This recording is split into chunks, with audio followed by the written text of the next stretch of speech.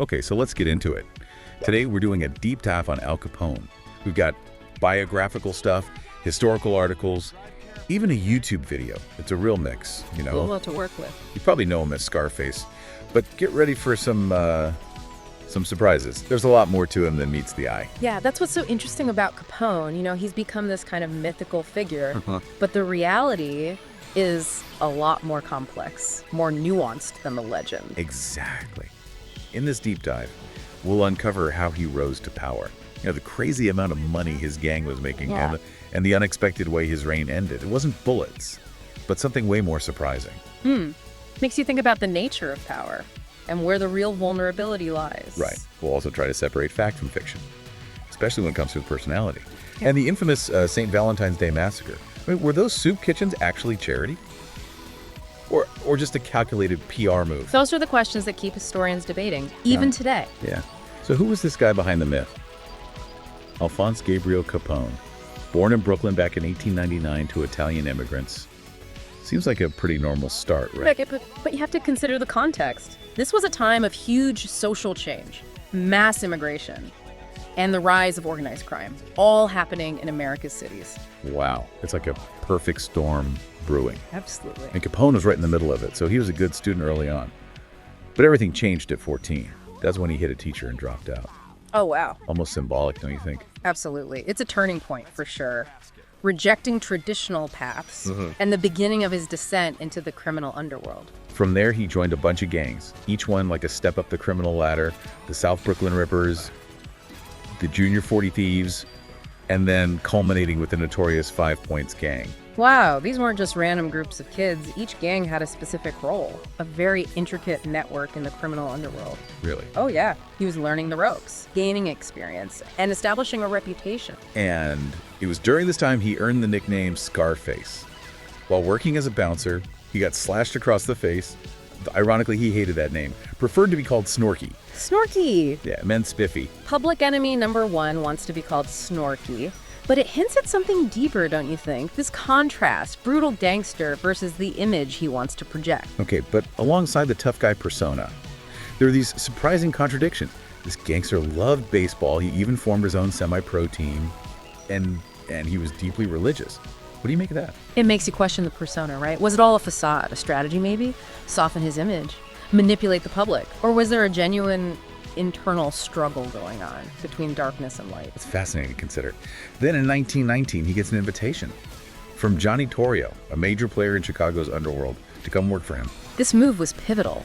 Chicago was a hub for organized crime, and Torrio was right in the middle of it all. Think about it.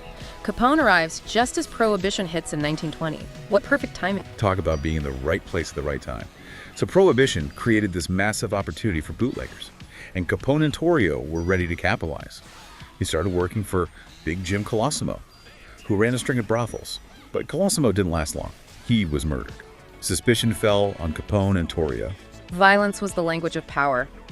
Establish dominance, eliminate rivals, send a message. So Torrio takes over Colosimo's operation, and Capone becomes his main enforcer. Then Torrio survives an assassination attempt and decides to retire, leaving a 26-year-old Capone in charge. Can you imagine that responsibility at that age? It says a lot about his ambition and his ruthlessness, not afraid to seize an opportunity, even if it meant stepping over others to get there. So Capone's gang, known as the Outfit, expanded beyond bootlegging, went into gambling, prostitution. They controlled a vast network of vice across the city. This is key to understanding organized crime. It was a business, a highly profitable one. Capone understood this. He was a brilliant businessman, albeit a brutal one. He knew violence was costly, bad for business, but he wasn't afraid to use it when necessary. And this is where we see that dark side come out in full force. A time of intense rivalry and bloodshed. The Outfit engaged in a brutal 6-year turf war, the Beer Wars, with the North Side Gang led by Bugs Moran. The streets of Chicago ran red. And get this, during this whole war, the Outfit was estimated to be making $100 million a year. That's almost $2 billion in today's money. Wow. It's mind-boggling to think of the scale of their operation. They had breweries, distilleries, transportation networks, speakeasies, gambling dens. They even owned legitimate businesses as fronts. A complex and sophisticated enterprise. It really shows the business acumen. behind the brutality. And speaking of brutality, we can't talk about Capone without talking about the St. Valentine's Day Massacre. It's an event that shocked the nation, cemented Capone's reputation. For better or worse, it became a symbol of the lawlessness and violence during Prohibition. Yeah. In 1929, Capone's men dressed as police officers gunned down 7 members of Moran's gang in a garage.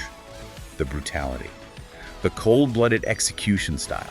It sent shockwaves through the country. It's no wonder he became public enemy number 1. The massacre really put a spotlight on Capone and the unchecked power of organized crime. It fueled public outrage and led to more pressure on law enforcement to bring him down. But here's the thing. Some sources claim Capone was in Florida at the time. That raises a big question, right? Was he really behind it?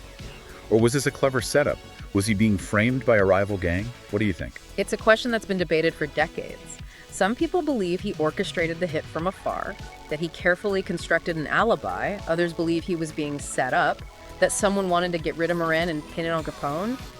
We might never know the truth, but the mystery is part of what makes it so fascinating. It definitely adds to his mystique. Okay, but this is where things take an unexpected turn. Despite all his power, all his wealth, it wasn't bullets that brought Capone down, it was the tax man. This is where we see the real vulnerability of power. The authorities wanted to end his reign. They took a novel approach. Tax evasion. They went after his money, not his muzzle. It was brilliant. They knew Capone had corrupt officials around him, intimidated witnesses. Yeah. But everyone pays taxes, or at least they're supposed to. And Capone had slipped up. He hadn't filed tax returns in years. And his spending habits left a paper trail. It was a mistake that cost him dearly. You know what always blows my mind? Capone offered to pay his back taxes. It was basically an admission of guilt. But the government didn't want the money. They wanted to make an example of him, to show that no one was above the law.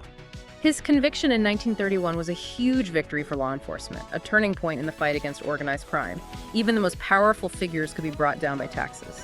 The notorious Scarface sentenced to 11 years, an ending that's almost anticlimactic. But there's another layer to this story, another vulnerability that's often overlooked. Capone's health. This is where the story takes a tragic turn. Right. It turns out Capone had contracted syphilis earlier in life, a consequence of his lifestyle. This was before antibiotics. Syphilis was devastating. If left untreated, it had serious consequences. And for Capone, it led to neurosyphilis, a condition that attacks the brain and the nervous system. It's ironic, isn't it? This powerful gangster, slowly being destroyed from within by a disease that could have been treated. His health deteriorated fast. Memory loss, confusion, hallucinations. His personality changed too. More erratic, childlike. A shadow of his former self, mind and body ravaged by disease. It makes you realize that even the most notorious figures are still human, vulnerable just like anyone else. It's sobering. He was released from prison early in 1939 because of his health, but the damage was done. He died just a few years later in 1947, at the age of 48, from a stroke and pneumonia. A tragic end to a complex and controversial life. A story that raises so many questions about power, ambition, the cost of living outside the law. It definitely does. But before we get into those questions, I want to go back to something we mentioned before. Capone's personality. The image of him as a cold-blooded killer. That's not the whole story, is it? Not at all. One source describes him as having a magnetic personality. He could charm and manipulate people with ease. And there's that story about how, even as a kid, he was a natural leader. He organized his own baseball team, the Al Capone Stars. Always had that drive to be in charge. But alongside that charisma and ambition, there was a dark side, a tendency towards violence, and a lack of remorse for his actions. Some experts even suggest he might have been a psychopath. That's a chilling thought. Yeah, but then there's the other side. Capone's generosity to the poor during the Depression. He opened soup kitchens, handed out money, even offered to pay the city's back taxes during a financial crisis. It's mind-boggling, the contradictions. Was he a ruthless gangster or a benevolent benefactor? Or maybe both? I'm having trouble reconciling these two sides of Capone. That's the enigma of Al Capone. Was his generosity genuine? Or just a way to manipulate his public image? It's a question that continues to fascinate historians. Okay, let's talk about the St. Valentine's Day Massacre again. It's such a pivotal event, shrouded in mystery. So what's your take? Was it a carefully planned hit to get rid of Bugs Moran? Or was there more to it? The main theory is that Capone ordered the hit, and there's evidence for that. The brutality, the precision, the fact that Moran just barely escaped, it all points to a planned attack. But what about Capone being in Florida? Could that be an alibi? Or maybe someone else was behind it, someone trying to frame Capone. Those are good questions. The world of organized crime was treacherous. Shifting alliances, double crosses. It's totally possible Capone was being set up, or a rival gang was taking advantage of the situation. So the St. Valentine's Day Massacre is still a puzzle. We might never know for sure, but the mystery keeps the story alive. Absolutely, it speaks to our fascination with the unknown, with the dark side of human nature, and with a good mystery. And it ties back to Capone's personality, right? The charm and the ruthlessness, the generosity and the brutality. A man of contradictions. And his story continues to fascinate us because of it. It's a story that also makes you think about organized crime, back then and now. Could someone like Capone even rise to power in this day and age? That's a really interesting question. I mean, the world is so different now than Capone's Chicago. Law enforcement is way more sophisticated. We've got surveillance technology he couldn't have dreamed of, and the global financial system makes it much harder to hide illegal activities. So you're saying it would be much tougher for a modern-day Capone? Yeah, I think so. But don't forget about the internet. It's a double-edged sword, you know. Right. On the one hand, it gives law enforcement new tools to track and disrupt criminal activity. But on the other hand, it also creates new opportunities for criminals. Cybercrime, online black markets, the dark web. These are the new frontiers for organized crime. It's like a digital version of the speakeasies and underground networks from back then. Exactly. And never underestimate the power of money and power. The desire for those things is timeless, and there will always be those who try to get them illegally. So even though the methods have changed, the motivations are the same. Exactly. And that's why Capone's story is still relevant today. It reminds us that the fight against organized crime never ends. It's constantly evolving. I wonder, though, could something like taxes bring down an empire today? It's possible. We've seen financial investigations and money laundering charges used to target criminal organizations recently. Might not be as dramatic as a speakeasy raid, but it can be just as effective. So what can we learn from Al Capone's life and legacy? What does it tell us about power, ambition, and the consequences? I think it's a reminder of how seductive power can be, the allure of wealth, but also the ultimate cost of a life of crime. Capone had it all: wealth, influence, but at what price? His life was full of violence, betrayal, fear, and in the end, he died of a broken man, his mind and body ruined by disease. It's a cautionary tale. True success isn't about wealth or power. It's about the impact we have on others and the legacy we leave behind. It also makes you think about society's role in this. What conditions allow organized crime to thrive?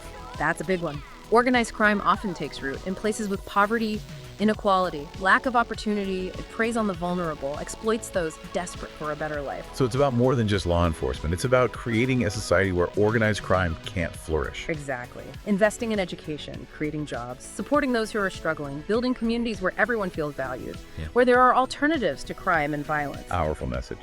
We started talking about how Capone's empire fell because of taxes, not bullets. What does that tell us about power and its weaknesses? I think it shows that power is often more fragile than it seems, built on shaky ground, vulnerable to unexpected forces. Sometimes the most effective weapon isn't brute force, but something as simple as a tax audit. This deep dive has been really eye-opening. I thought I knew Capone's story, but wow. The violence, the glamour, the downfall, the tragedy of it all, it really stays with you. It does, and it shows that even the most notorious figures are still human, with flaws, vulnerabilities. Their stories are more than just headlines. I think we've all learned something new today. Hopefully it sparked some conversations and maybe even challenged a few assumptions. That's what we always hope for, to encourage critical thinking, to question what you know, and to see the world from different perspectives. Until next time, keep diving deep. Oh,